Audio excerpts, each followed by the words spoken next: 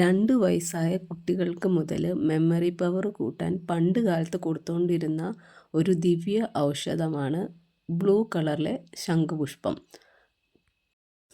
ഒരു glass blue tea ഉണ്ടാക്കാൻ 3 എണ്ണത്തിൽ കൂടുതൽ ശംഖുപുഷ്പം ഉപയോഗിക്കരുത്. ആഴ്ചയിൽ ഒരു 3 ദിവസം ഉപയോഗിച്ചാൽ മതി.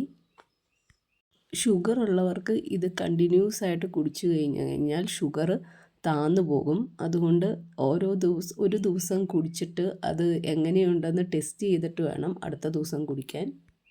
മെമ്മറി പവർ കൂട്ടാൻ വേണ്ടി ഇത് ഉപയോഗിക്കുമ്പോൾ ഷുഗർ കുറവുള്ളവരാണെങ്കിൽ മിനിമം 2 സ്പൂൺ പഞ്ചസാരയെങ്കിലും ഇടണം. അല്ലെങ്കിൽ നമ്മുടെ ഷുഗർ ഒത്തിരി താന്നു പോകും.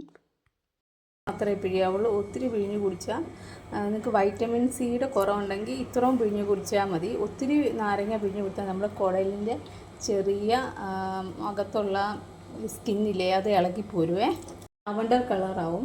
ഇതിനകത്ത് 2 സ്പൂൺ പഞ്ചസാര ഇടണം. കുട്ടികൾക്ക് ബ്ലഡ് ഉണ്ടാകാൻ ചെമ്പരത്തിപ്പൂവിൻ്റെ ടീ നല്ലതാണ്.